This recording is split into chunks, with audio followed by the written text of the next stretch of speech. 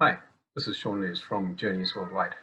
Today we're going to be talking to Karen Revell from Tradewinds Voyages, and she'll be talking about the new tall ship that will be coming through and arriving in Australia in December. Well, we'll be departing from Bali and circumnavigating Australia.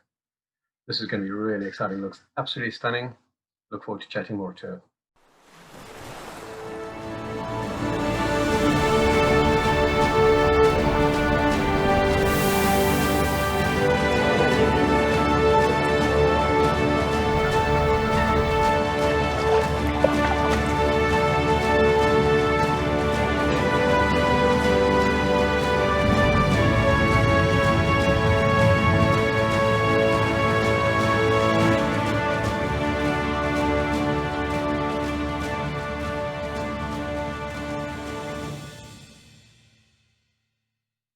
Karen, thanks very much for joining us.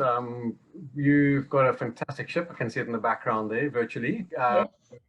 It's something very exciting, something new for Australia, and we're looking forward to hearing more about it. Can you tell us a bit more about Tradewinds Voyages and the new ship you got coming to Australia? Absolutely. Yeah, thanks for inviting me today, Sean. I really appreciate it. So yeah, we're really excited. We've got this brand new vessel called Golden Horizon, and it's owned by the company Tradewinds Voyages. It's actually quite unique and quite different in the fact that it's the world's largest sailing vessel. It's actually, sorry, the world's largest square-rigged sailing vessel. It's actually a near replica of the 1913 built France II, but it still retains, you know, that charm, that beautiful romance of, I guess, like a historic ship, but it is brand new. So it's actually just had its sea trials just late last year, passed them with flying colours, and so she's actually starting in about March, April this year. So she hasn't actually started sailing commercially yet then? No, she hasn't. So she's actually starting about March, April this year, and so that's in the UK. And so she'll be sort of making her way through to Australia, and she actually arrives in Australia at the end of this year in December. So, you know, obviously we're not pushing those itineraries prior to that because, you know, we just don't know with COVID at the moment. But the nice thing is that she's doing a full circumnavigation of Australia. So it's actually about the 7th of December that she starts the itinerary in Bali. So obviously you don't have to do Bali if it means we can't get there.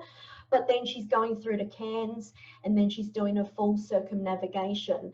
There's some really beautiful itineraries, and obviously, you know, you've got full access to all of those. So any of your wonderful guests that are interested in it, they can get them from you. But they do a variation of the cruises. So whether it be like Cairns to Sydney, or it may be Cairns to Adelaide, so they can actually do extra sectors. And we are noticing that people are maybe taking that little bit longer. But that's coming in, as I said, at the end of December. But the one thing that really sets Tradewinds quite, you know, and totally different from any other vessel is that, and as the name explains, they're following the winds and the seas and the sun, etc. So, and what their goal is that for 70% of their entire season, they are going to be sailing without their engines, without any propulsion. So, that's fantastic. Isn't it? I mean, you can just imagine, you know, having this beautiful romantic ship, and then just being where it's, you know, beautiful and quiet, and just having the sails billowing, and that, I think it's just perfect. So that's really exciting. You know, I guess, you know, unfortunately we've got to face that word of, you know, COVID, but one positive thing as well with the ship is that because of the size, it's just over 8,500 tonnes, but it only takes 272 guests on board and the crew of 159. But because of that, there's actually, you know, and your expansive decks, your open plan, etc. And even with the itineraries that they're doing, so for example, in Australia, of course, she's going to be doing the, you know, the Cairns, the Sydney, the Adelaide, the Melbourne, that sort of thing. But those itineraries in between, so they are going to be doing, you know, like some of your little bays and etc. that, you know, large ships just simply can't get near. So again, visiting these places that are just going to be, you know, like not a lot of people. So it's going to be really, you know, quite safe. Oh, that's perfect. That's what we love. That's great. Exactly. So even, as far as, being on board, you've got the opportunity where guests can, use the facilities on board. And as far as like they've got a beautiful marina with all of the water sports that are included. The only thing that isn't included is any diving, and they do have a dive instructor on board, so that is at a cost. But otherwise, the likes of your, your beautiful, kayak, stand-up paddle boarding, skiffing, etc. You're just everything that you can think of is actually included.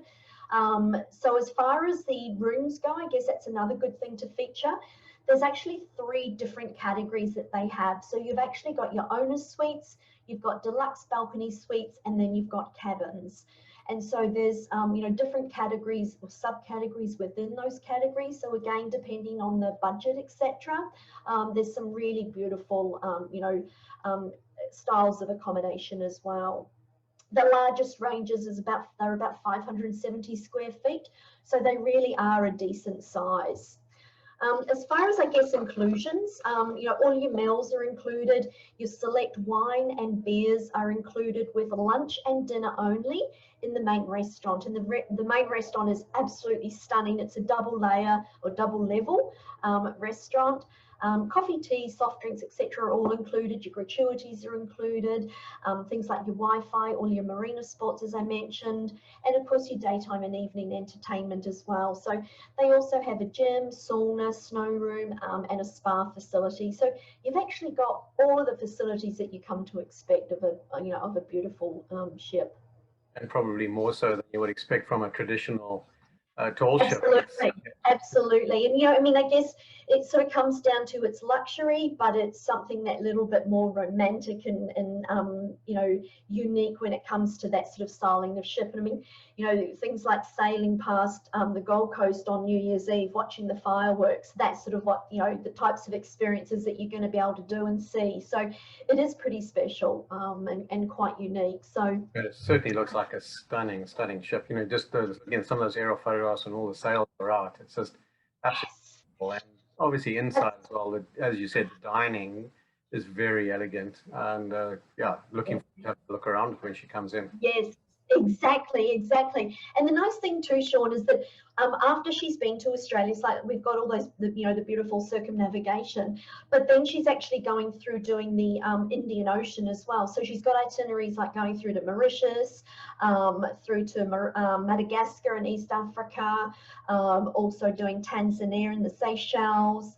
And doing a Sri Lanka to Kuala Lumpur. So there's some really beautiful itineraries after she's been to Australia. So we sort of look forward to, in 2022, actually being able to sort of, feature those itineraries as well.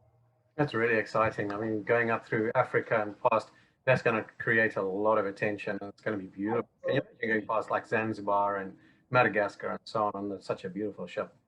That's right. It's really going to stand out too, because obviously, anywhere in the world that you go, generally speaking, you've got the normal looking ships, but this with having the the masts and that is going to be pretty special. Yeah. No, absolutely. And so when are we looking at expecting her to arrive, departing from Bali, Karen? So the 7th of December is when she starts her, she's heading through to she starts on her heading to Australia for that circumnavigation. And then those itineraries go right through until January, February next year. And then as of, I think it's about the 18th of February, she gets back to heading from Bali and starts her Indian Ocean itinerary. So you've sort of got beginning of December this year through January and part of February to be able to do that circumnavigation of Australia. So there's going to be nice. Your average itinerary length is how long in between? The shortest is about 10 to 15 days, because that's sort of obviously with the, if they're going to be sailing sailing under sails, it does sort of take that little bit longer. But again, they've got that time to be able to spend to go into those little bays and ports and fjords, etc. And just to give you an idea, because I guess it's a good idea to sort of give a pricing range. So, for example, The one that's sort of been quite popular is the Great Barrier Reef, so the Cairns to Sydney itinerary. So that's a 16-night itinerary, and currently the price is 9,530 Australian dollars per person, twin share. And so what That's that does really is good.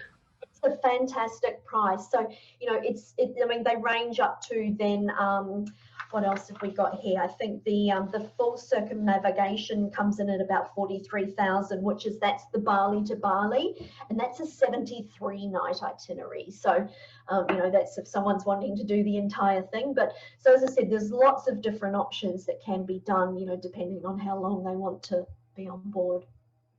That sounds fantastic. It sounds exciting. I'm really looking forward to that. Karen, thanks so much for that. And I know that we're going to be catching up again sometime soon. We can discuss, because you're also representing some other cruises, and they're exciting as well. I'm looking forward to that. Thanks so much, Sean. Really appreciate the time, and yeah, we look forward to our next talk. Thank you. Thanks so much.